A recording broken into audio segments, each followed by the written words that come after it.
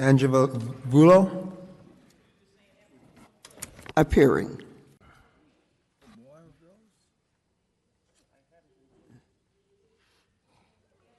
Angelamvullo. I'm here from the Washington, D.C. area. I serve on the steering committee of Our Revolution Northern Virginia, which is the Bernie Sanders group founded after his presidential run. We serve 4 congressional districts.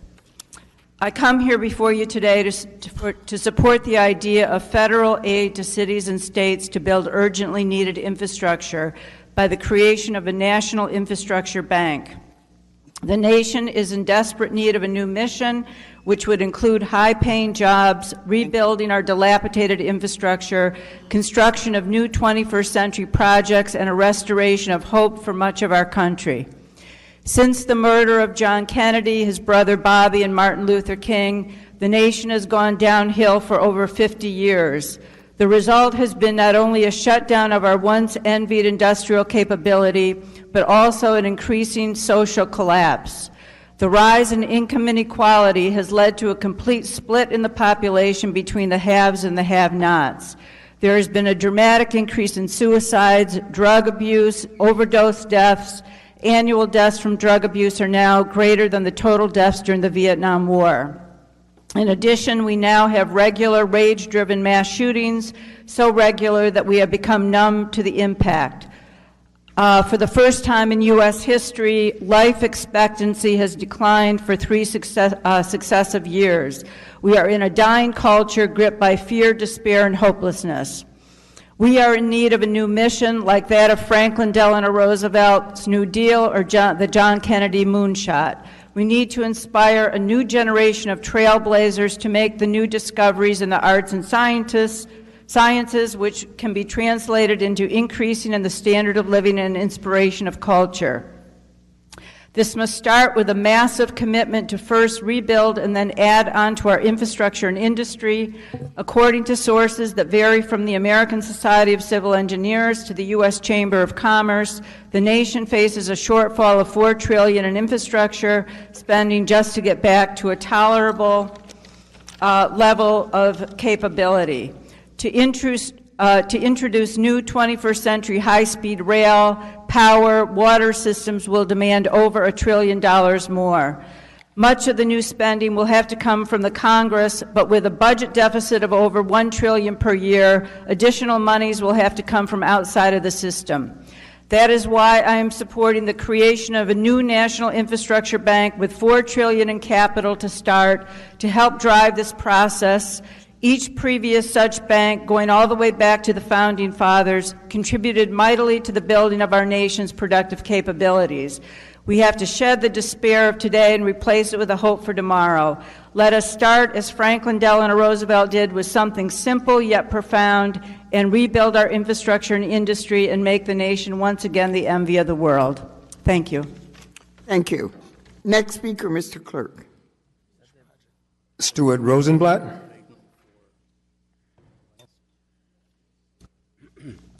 Hi, Stuart Rosenblatt, also Leesburg, Virginia. I am the husband.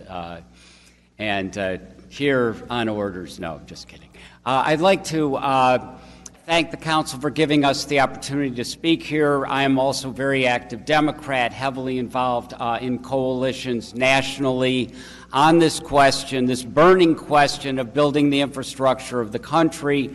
And I'm here to actually call upon the council to help us get this draft bill, which you have in front of you, introduced into the Congress to create a $4 trillion infrastructure bank on the model that's already been successfully done. I want to read you just 2 paragraphs from an editorial by the editorial board of the Newark Star-Ledger from a couple of months ago. And it simply says, "We are running out of warnings. Build the Gateway Project now. Most rail experts believe that when a giant metal beam smashes through the roof of a commuter train traveling through a decrepit 108-year-old tunnel that needs daily repair, it reflects an exigent need to build a new tunnel. That frightful incident took place aboard a New Jersey transit train barreling through the Hudson River Tunnel last Friday, and it cannot be dismissed as an anomaly or a bolt out of the blue. Here we are using a tunnel built when your great-grandparents were your age. We need a tunnel that will serve your great-grandchildren, like the kids that were up here earlier this evening. We need a tunnel that will serve them and bolster the national economy. We have skipped 3 generations of infrastructure improvement, and it costs more the longer we wait. And now beams are crashing through the ceiling. Take the hint. So it is time for action. And what we're calling for is a $4 trillion bank capitalized with no new federal debt, simply monetizing existing treasuries and offering the holders of the treasuries 2% more interest than they're getting on their treasuries, all federally guaranteed. And that has been done numbers of times and was started by a guy named Alexander Hamilton when he wasn't too busy acting on Broadway, writing plays, and running the American Revolution. So we can elaborate this further at another meeting, but I just want to make that point now. We don't just want to build the gateway, although we have to build that. We want to rebuild the schools. I mean, we were just met with a leader of the County Democratic Party who described a high school where 3 staircases just collapsed, and kids are going to spend their senior year in trailers. Luckily, nobody was killed, frankly. And this is happening in schools all over the country and probably right here. The same is true in terms of water. We need to rebuild the water system of every major city in the country. There is no city that is not Flint. I mean, I come from D.C. Our water mains break regularly. Every week, every other week, they're 100 years old. They're made of wood. I mean, who's kidding who? So we've got to rebuild our power, water, rail, the works. We need a Franklin Roosevelt New Deal. This is the way to do it. It will create 20 million new jobs, high-paying union jobs. It will create apprentice programs for all the young people. It will inspire hope. And this is the way to attack the gang problem and the other violence that's infecting all of our cities. What we're asking for is a resolution. We've appended some to the handouts, and we're urging people to contact Congressman Payne, Senator Booker, and Senator Menendez. And we have met with their offices even very recently. Finally, you should know that the Democratic municipal officials, of which you are all members, have endorsed this at the summer meeting. And they then brought it to the Democratic National Committee, which itself endorsed it, and it has been endorsed by organizations all over the country. As Franklin Roosevelt said, we need action now. So I'd like to thank you. We'll be available later and can come back for other presentations. Thank you very much. Next speaker. Stanley Forchek. Appearing. Good evening. Good evening.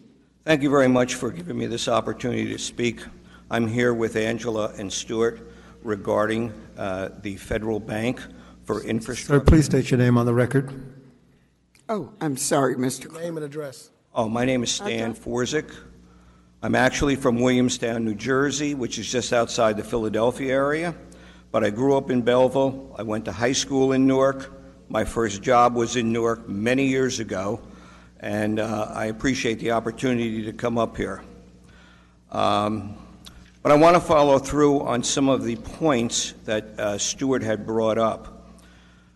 He read an article to you from the Star Ledger regarding a potential accident within the tunnels that a New Jersey Transit commuter train experienced. Years ago, the funding to fix those tunnels or to fix that railroad car was done by me. I spent 30 years with Amtrak in 2 different stints. I started as Director of Finance, finished as the Principal Officer of Energy Management. What Stuart and Angela are talking about is a bank to fix the infrastructure in the United States. You may not realize this, but if you walk down the street, ride in your car, take a train, it is all on infrastructure. He mentions, as Stuart mentions, a school. I'll mention a few other things. What about the accident in Minnesota where a bridge fell apart with cars on it and individuals were killed? The maintenance on that bridge and highway was not up to date.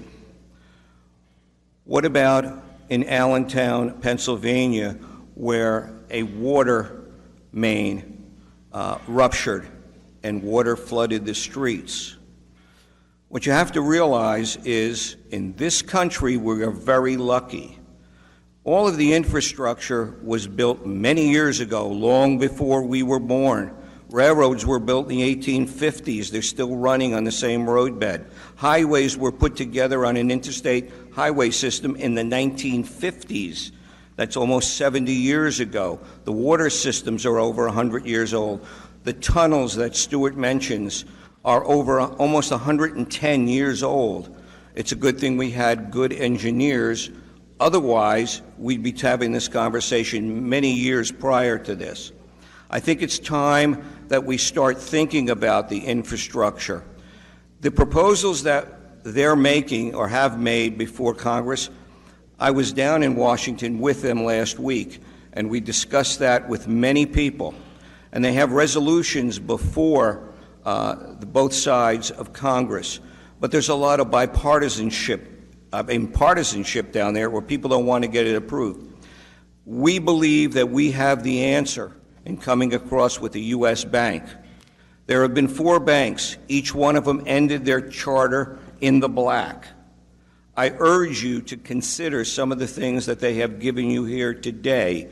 Read them, become associated with them, talk to individuals on the state level, on the municipality level, develop coalitions, create strategic partnerships so these things can be handled and we can move on.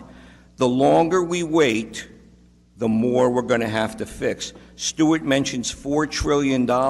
That is just to put the country in a state of good repair. It's not to bring it into the 21st century.